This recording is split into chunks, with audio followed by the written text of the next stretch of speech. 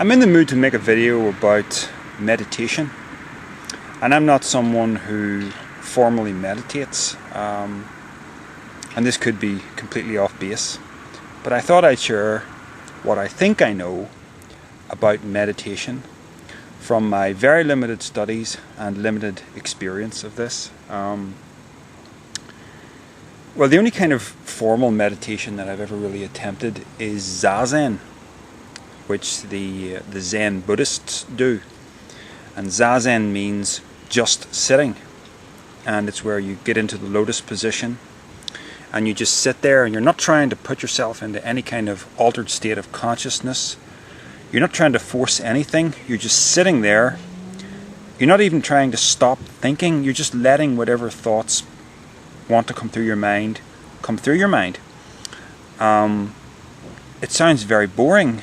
It kind of is, but I think the point of it really, well, there is no real point of it. There's nothing to be achieved by it as such, except it's an exercise where you're not repressing anything. You're just letting your mind do what it wants to do.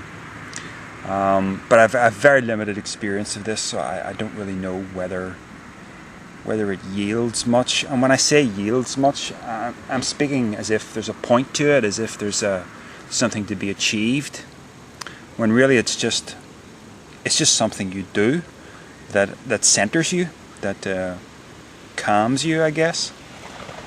But I've often wondered, is meditation necessary? And the perspective that I tend to come to when I make videos and when I think is that I always come from the realist perspective, that you are an animal. You are genetically related to all the other animals and even to all the plants, if you go back far enough in the genetic history of everything. So what I notice is that there's no other animal species that meditates.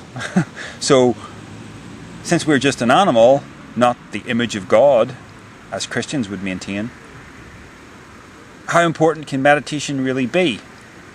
See what I'm getting at? Animals don't meditate, so should we? Is there any reason to? But then I started thinking about this in a different way, and I started thinking maybe animals do meditate. In fact, maybe their natural state of consciousness is one of meditation.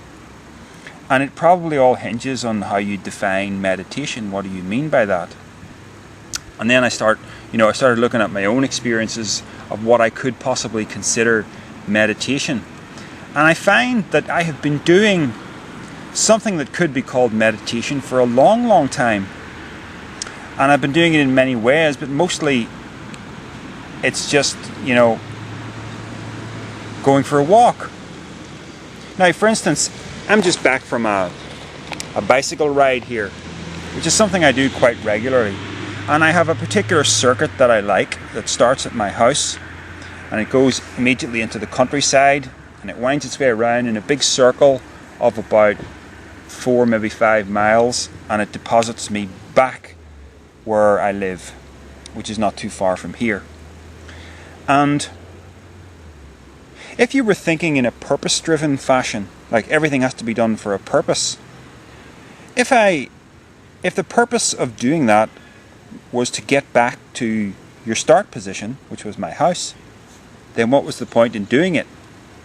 Now, of course, you could have an ulterior motive. It could be because you want to get fit, you want to get exercised, you're getting fat, you want to take the fat away, And yeah, in all fairness, that kind of does factor into it with me. I'm conscious about body weight, and I'm conscious about losing a bit of weight at the moment.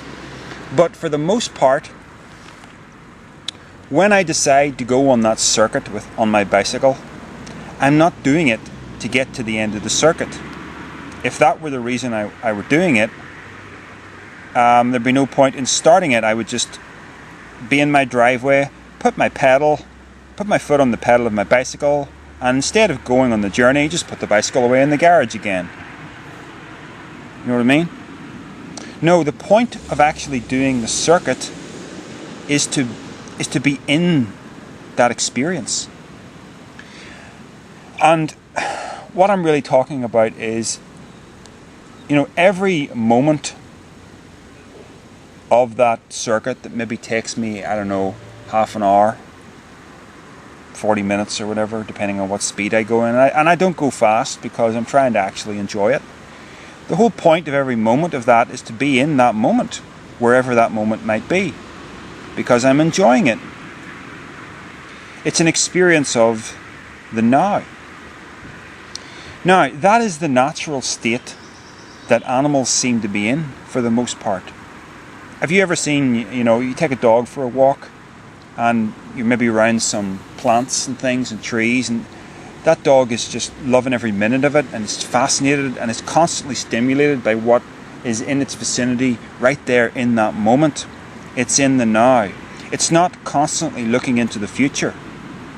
Now, because of our highly developed brain, we're able to spend an awful lot of time planning and strategizing, and instead of being in the moment, we're inventing futures for ourselves. We're anticipating what's coming next.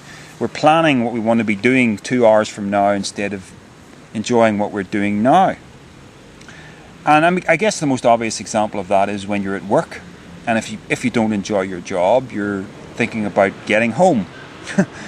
And you're hoping it's, you're trying to make time go faster, even though you can't really do that. That was an ambulance. So you get home, and then you realize that you're making a meal, and that's a chore. And then you're maybe sitting down in front of a television and you're watching something that's boring, and you're wishing you were somewhere else. And constantly your head is always in the future instead of being in the now. Now, it's not that something went wrong with the human brain. That side of our brain allows us to accomplish a great deal of things. If we didn't have that side of the brain, we would be like lesser animals, just with their limbic brain.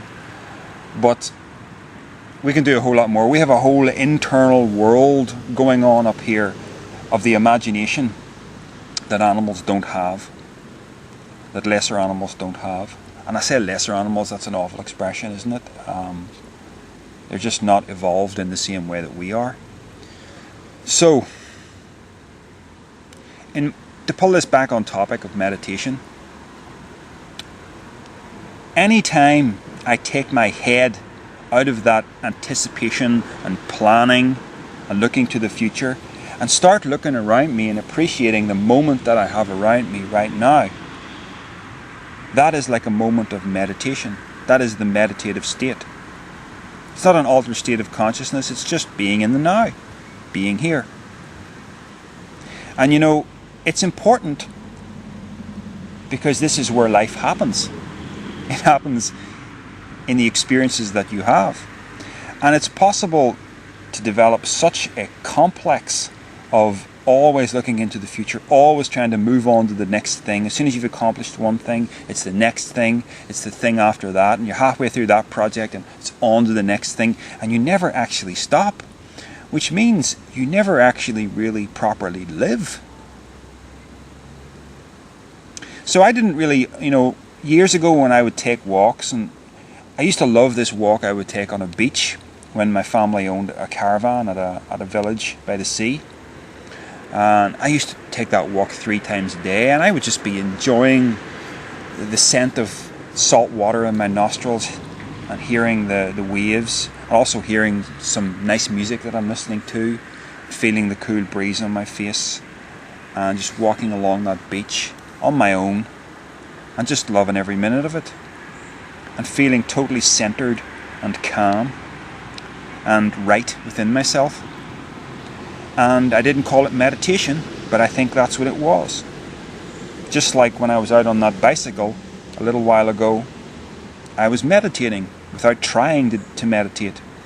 The only part of that experience of cycling that was spoiled was on the last leg of it, when I was starting to anticipate stopping here and making this video.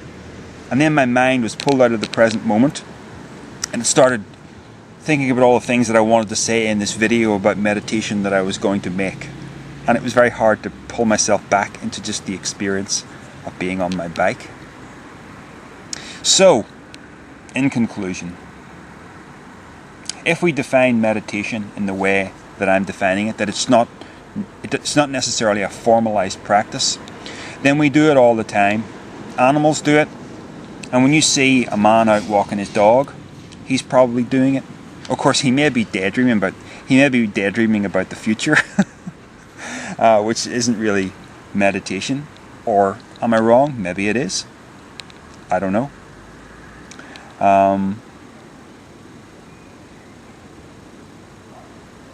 So I guess, if I make this video about advice, my advice to you is don't neglect the present moment, because in a sense the present moment is all you have. Every moment is the present moment. So live in it. Don't live with your head in the future all the time, or your life will just pass you by.